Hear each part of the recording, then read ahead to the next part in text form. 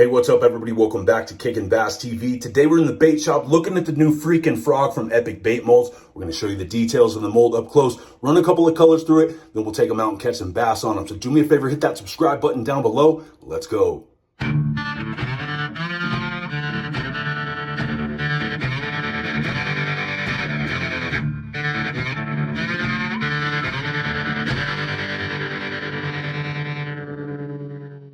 All right, guys, today we got a brand new bait to show you just in time for topwater season. Got the mold from Jason and Amanda over to Epic Bait Molds, who make some killer stuff like the 1/2-inch mini maggot we've caught some big bass out on the ice with. But today we're talking topwater with the 4.6 Freakin frog. This is a 6-cavity mold made of 6061 CNC machined aluminum. It's from Epic Bait Molds, so you know it's going to shoot consistent every time. And right out of the box, I was very impressed with the details of this, from the venting pathways that are going to ensure that those finer appendages fill evenly to the minor details of the 3D realistic eyeballs, back humps, the legs, the feet, the clean cut appearance of the belly side of the bait with a built-in hook slot, making it easy to rig weedless, and the perfect bait to throw around heavy cover.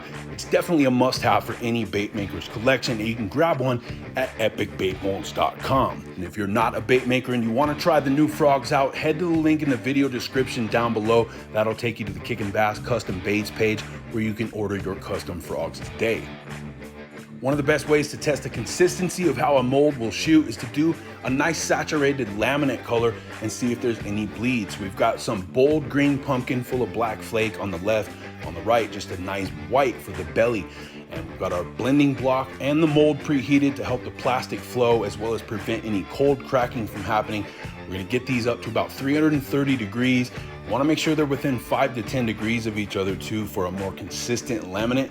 From there, you are good to go. Another thing worth mentioning that a lot of other companies don't do is that they label the exterior of the mold. For instance, this one clearly says back and belly so that you no longer have to second guess yourself when you get busy and turned around. You can identify which side of the mold is which at a quick glance, which is just going to save you time and money in the long run. You also won't have to put any other engravings or markings on the mold, which will hurt the resale value. So definitely an added convenience. After allowing the mold to cool down for a few, it was time to take a look at the first batch of Freakin frogs, which I think turned out great. Not a single cold crack, air bubble, or dent to be found.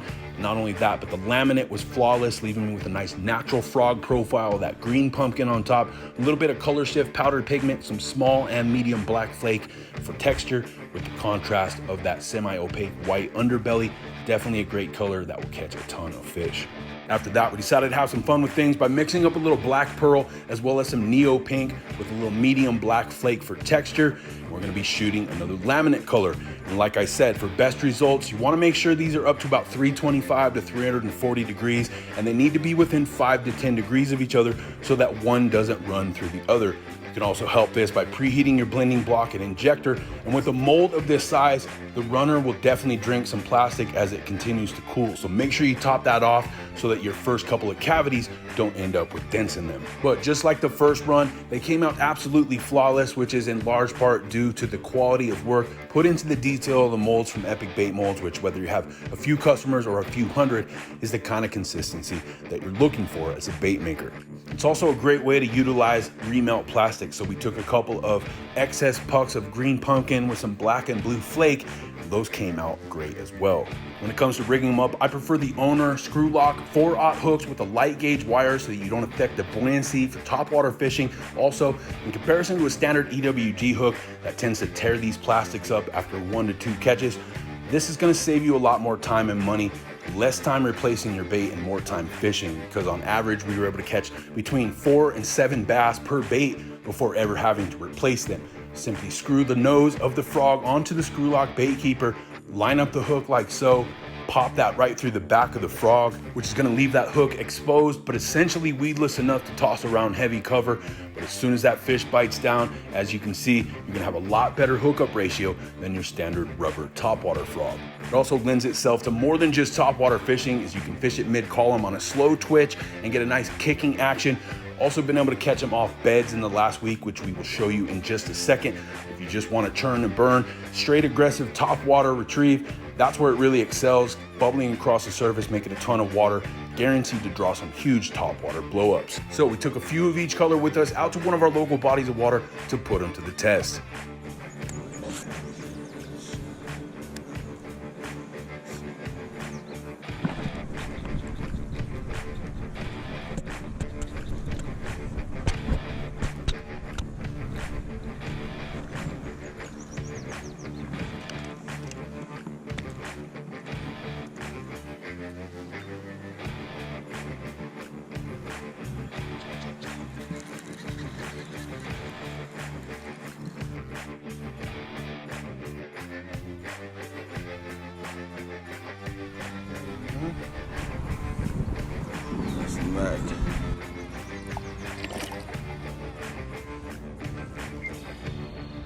Here we've got a couple of bass hanging out on a bed in less than 2 feet of water right in front of me, but they haven't reacted to any of the baits I've thrown, such as the shaky head worm, craws, or the swim baits.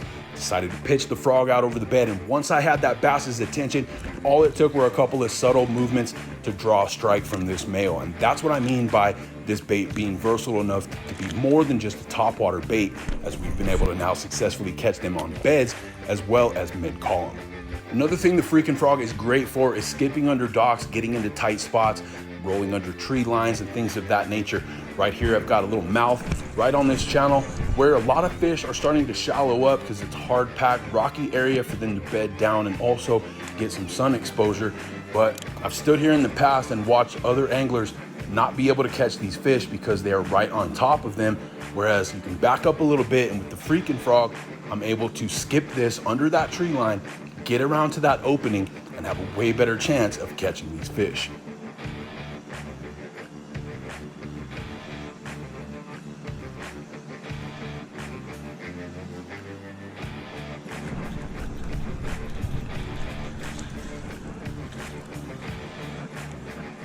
So if you're looking for a great topwater bait with a better hookup ratio than the average rubber topwater frog, Freakin frog is definitely the way to go. If you're a fellow bait maker, you can get your hands on one of these or any other awesome mold at epicbaitmolds.com. If you're not a bait maker and you want to try the new frog out for yourself, click the link in the video description down below. That'll take you to the Kickin' Bass Custom Baits Instagram page where you can shoot me a message. We'll put together a custom color for you and get you taken care of. If you guys enjoyed today's video, do me a favor, hit that like button for me. Make sure you subscribe to the channel if you haven't already, and make sure you hit that notification bell to stay up to date with our new videos and giveaways. As always, I'd love to hear from you, so don't hesitate to leave me a comment in the comment section down below.